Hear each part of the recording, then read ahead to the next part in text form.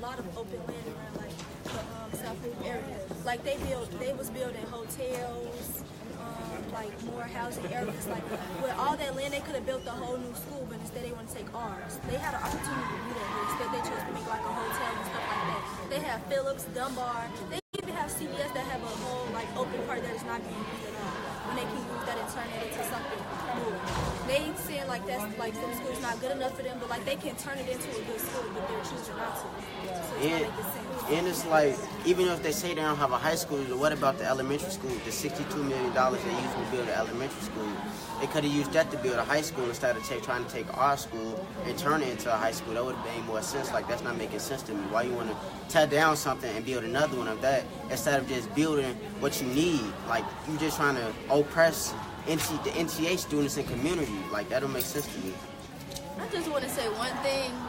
It's not just us fighting, it's people upstairs, students. We could be at school right now, but we're still getting credit for the work that we do, because when we get back, we're gonna get the work that we're missing out on. We're gonna get the education that we missed out, because our teachers are willing to stay after school to help us with this type of stuff, because they believe in the same thing that we believe in. Those kids upstairs, they're fighting for the same thing.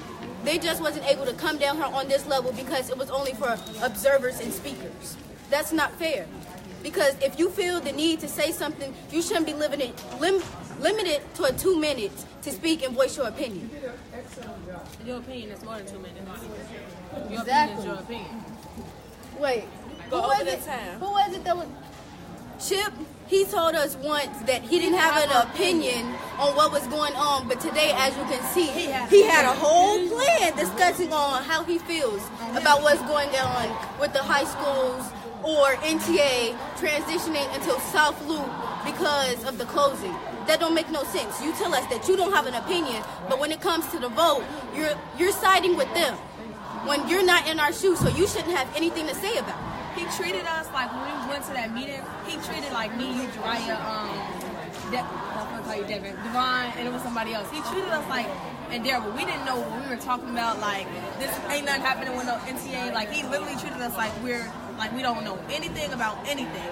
And it was so funny to like come here and then see him, like a whole different side of him, not knowing he was gonna be here, not knowing what's going on, and then like say, oh, my opinion about this, we should close NTA, do the transition plan or whatever. It was just like so funny to me.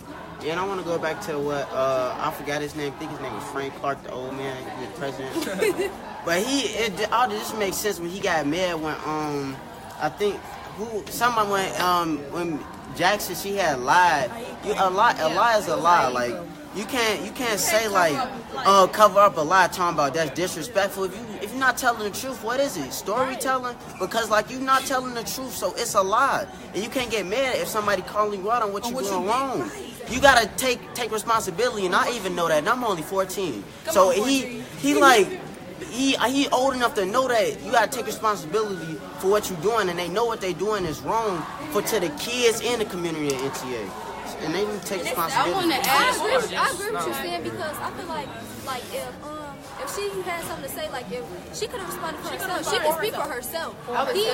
What was his point of speaking for her? If she felt like she had, like, if she was disrespected, she had a problem with what she was saying, she could have spoken for herself. He had no need to speak because that didn't have anything to do with it. They was addressing her, and that she could have said something herself. So I agree. Let's talk more about how this is going to actually affect you, like what you guys think about this. Well, I feel that what you think about this proposal. They continuously say that we're not the ones that's going to be affected by it because we're graduating this year, but they don't realize we're not fighting for us. We're fighting for the younger students who have a voice but may not be properly, they might still be confused about what's going on. For the simple fact is they're saying one thing but contradicting what they're saying. So I feel that it's my place to stand up for them and speak for them and have their opinions being voiced through my voice, for the simple fact that I'm older. I won't be the ones that's affected, as they say, because I'm graduating. But still, I'm going to be affected because we all have siblings going to NTA, and whether or not they won't be able to experience the 8th grade trips, going to Hamilton, having the 8th grade trip going out of Illinois. Like, you don't get certain stuff that you get at NTA at other grade schools, and I feel like it's not fair because you're taking that away from the ones who are willing to fight for something that they believe in. What I think about this proposal is it's nonsense because hearing them say they want to close down a level 1+ school, that's blasphemy. And I'm not saying that in a religious way. I'm saying it a way to have an argument. It's not right. How will this affect the rest of you? If you have to change schools, how will it affect your younger siblings? What's going to happen? How is this going to change your It's life? going to change a lot of things because if they want to turn into South Loop, just think about this. You have 3 siblings in 3 different grade levels. You're going to have to drive all the way down there to drop one student off. You're going to have to drive to South Loop other location, then the other location drop off your younger students. That's a lot of community to do to just drop your kids off to schools. Like, that's not making sense. Why would you want to... Yeah, and they all gotta be dropped off before, I don't know. And right, and most Yeah, people like don't 8 always something. have like cars or transportation like that to like do that. They not realizing that the community time, you need gas for that. You spending your own money because they're not willing to help. Like certain schools have bus services, but because you live closer to the school, your child is not able to be picked up to dropped off at the school that they need. Parents have to work at 6 o'clock in the morning. So how would their child get to get to school on time and still have the amount of time that everybody else's child has to learn or to better themselves? How do you think this might jeopardize your future? This might jeopardize my future in a lot of ways because I was the one, we've all been a part of the change, and for everything to be erased, a phase out, because the wealthy need a high school. Chinatown needs a high school. But we don't see any of those students coming here speaking and voicing their opinion like Taylor said when she was speaking in the meeting about how they need a high school or they need a grammar school. You don't see any of them up here. You see their parents, you see their staff members, but you don't see them. When I was looking through like the list of people speaking that list today, I seen one lady. She said she was going for the transition plan for NTA, and like I looked back like over the paper, flipped it back like 5 times, looking for other names, people that's still like against it. I see like I don't like, you can't see their ages or nothing, but it's like you know that they're not a kid. Like it's like, cause like we've been to meetings like this before, and like when we came in before, we seen like I've seen no kids speak about how they needed a high school.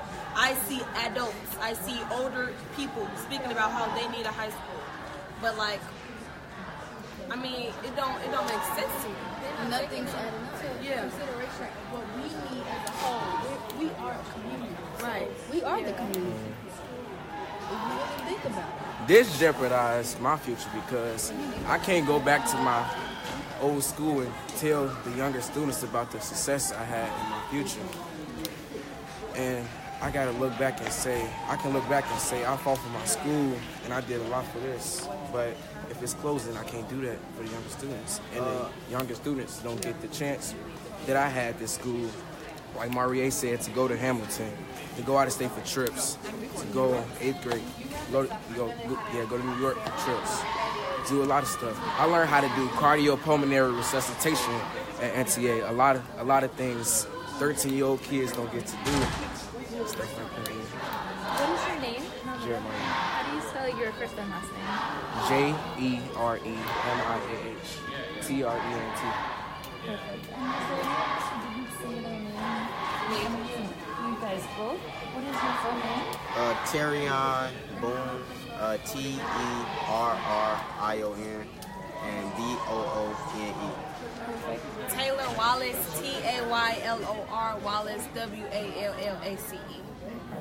Thank you, guys. Thank you.